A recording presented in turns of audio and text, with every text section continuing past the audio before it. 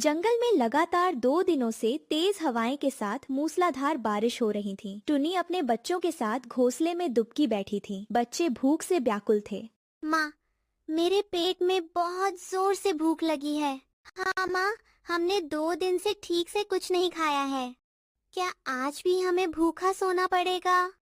नहीं मेरे बच्चे, बारिश चाहे जितनी भी तेज हो, मैं तुम्हें भूखा नहीं रहने दूंगी। इतना कहकर चिंकी ने अपने बच्चों को सीने से लगाया।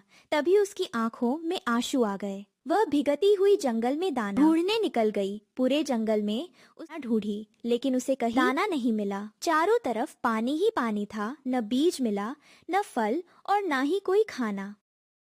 उड़ते उड़ते चिंकी इंसानों की बस्ती में जा पहुंची, जहां उसने 2 मिठाई के ठेला देखी। एक दुकान पर बहुत ज्यादा भीड़ लगी थी, वहीं दूसरी दुकान और कोई ग्राहक नहीं था। चिंकी उस दुकान पर गई जहां कोई ग्राहक नहीं था और बोली, हलवाई जी, मेरे बच्चे 2 दिनों से भूखे हैं, क्या एक गुलाब जामुन मिल सकता है? तभी हलवाई गुस्से में लाल होकर बोला। भागो यहाँ से।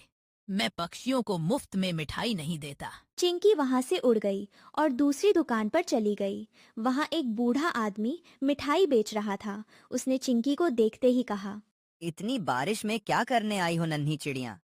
चिंकी ने अपनी पूरी बात बताई। तभी उसने 2 ताजा गर्मा गर्म गुलाब जामुन एक पते पर रखकर आगे बढ़ाकर कहा। लो, इसे अपने बच्चों को खिला देना।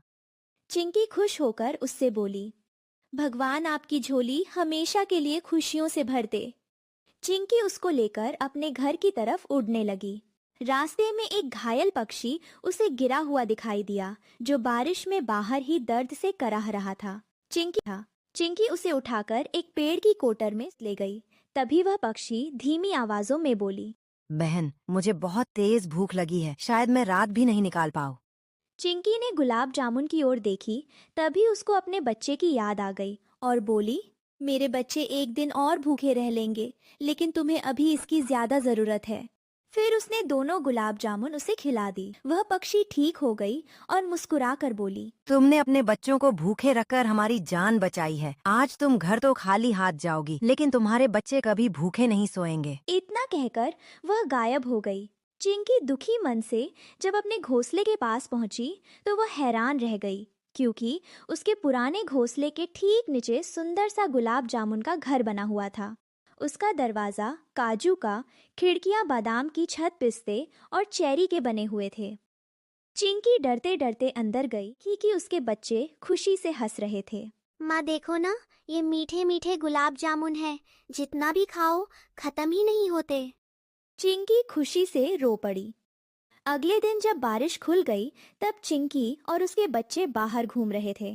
तभी वहां कालू कौवा आया और चिंकी को, ये घर मेरा है, तुम सब यहाँ से अभी भाग जाओ।